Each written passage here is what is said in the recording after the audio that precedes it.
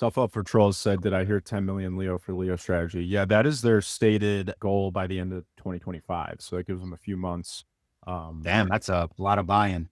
yeah, I mean, they already bought. So like last week, what I love about what they're doing is that it's all very transparent. All the wallets are published. You can also see they've got their own AI agent that posts in real time when any buys happen. You can literally see them on threads whenever a buy happens. It is posted within minutes from the AI agent every day. Actually, starting yesterday, they now have a daily report that shows how much Leo they bought that day.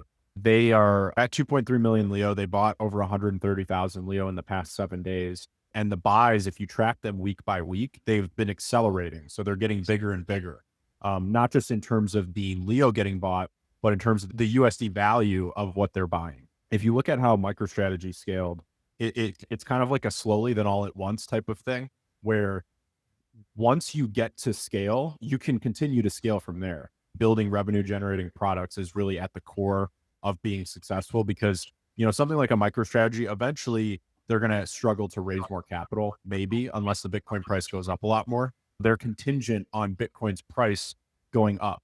And Leo strategy is also somewhat contingent on the Leo price going up because the more it goes up, the bigger the balance sheet gets in terms of USD, which means the more products, derivatives they can create.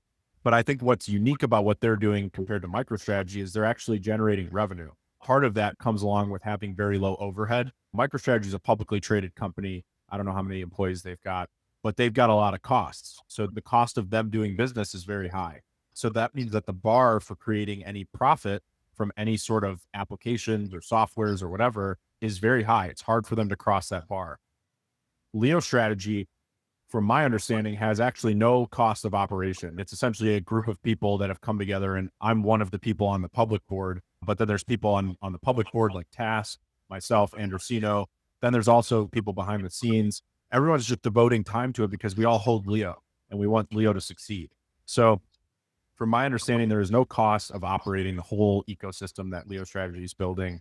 If they can build products and services that generate even $1 a day, that is profit. That is $1 a day added to the bottom line for Leo Strategy. Their goal is to set up autonomous projects that generate any amount of revenue possible and then use 100% of that revenue to just continue buying more Leo and adding it to their balance sheet. So one really good example of this is LSTR.voter, which for them, they take Leo power delegations. It's fully autonomous, and LSTR holders use it to vote on threads every day. So it adds value to Leo because now threads are getting a lot more curation. And Leo strategy takes a 10% management fee on the Leo power delegations. That 10% management fee is pure profit. And that is Leo added to their balance sheet every day with no cost of acquisition. So let's say that Leo strategy tomorrow is for some reason unable to generate more capital to buy more Leo. Worst case scenario, they're not generating any new capital, but they're still adding Leo to the balance sheet because they're generating it from LSTR.voter and the other projects that they're building. So that means that no matter what happens, they are constantly adding more Leo to the balance sheet, which increases the Leo per share, which increases the value of LSTR. And that kicks the flywheel so that one day they can generate more capital to buy more Leo.